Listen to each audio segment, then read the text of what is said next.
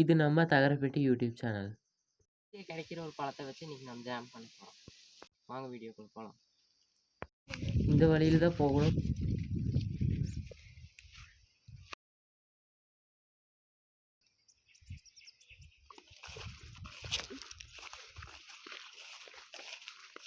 இன்னும் வீடியோஸ் போடணுன்னா தகரப்பெட்டி யூடியூப் சேனலுக்கு சப்ஸ்கிரைப் பண்ணுங்கள். வீடியோ ஷேக் ஆகிற மாதிரி தெரிஞ்சால் மன்னிச்சுக்கோங்க.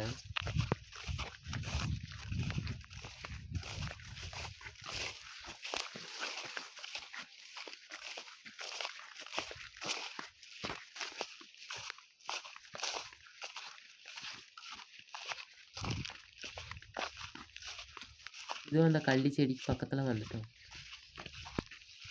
இதெல்லாம் இப்போ கொஞ்சம் காயாக இருக்குது, நீ கொஞ்சம் நாளில் பழமாயிடும். கள்ளிப்பழத்தை வச்சு தான் இன்றைக்கி நாம் ஜாம் பண்ண போகிறோம். இந்த பழம் வில்லேஜ் சைடில் நிறையா கிடைக்கும். பழத்துக்கு சென்டரில் கத்தியோ ஸ்பூனை வச்சு ஒரு லைன் போட்டு ப்ரெஸ் பண்ணிங்கன்னா வந்துடும்.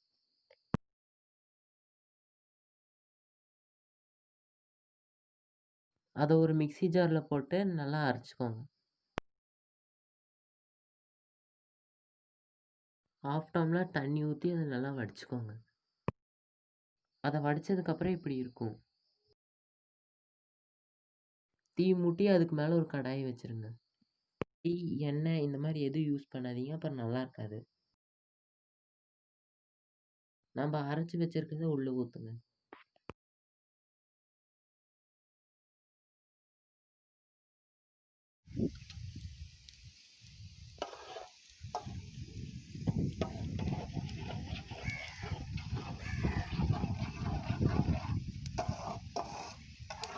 இது கொஞ்சம் சூடானதுக்கப்புறம் உங்களுக்கு தேவையான அளவுக்கு சுகர் போட்டுக்கோங்க.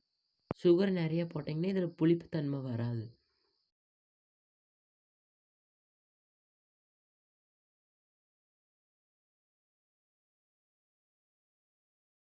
திக்காகணுன்னா கொஞ்சம் 2 ஸ்பூன் மாவு போட்டுக்கோங்க.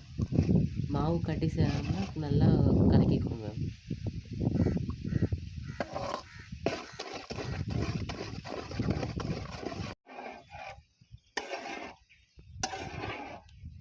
அடி பிடிக்காமல் கிளறிட்டே இருங்க.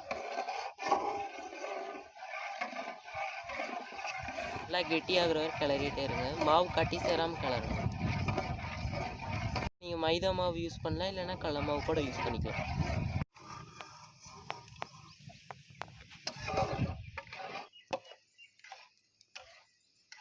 முன்னாடி இருந்ததை விட இப்போ நல்லாவே திக்காயிடுச்சு. Jam ready. இது ஓடு போட்டால் இப்படி ஒன்றா சேரக்கூடாது, அதுதான் அந்த ஜாம் பதம். நம்ம ஜாம் ரெடி.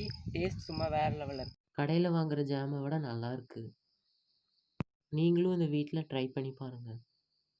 வெறும் 3 பொருளை வச்சு ஜாம் பண்ணியாச்சு. நீங்களும் வேணால் வீட்டில் ட்ரை பண்ணி பாருங்கள். வீடியோ பிடிச்சிருந்தா சப்ஸ்கிரைப் பண்ணுங்கள், லைக் பண்ணுங்கள், ஷேர் பண்ணுங்கள், கமெண்ட் பண்ணுங்கள்.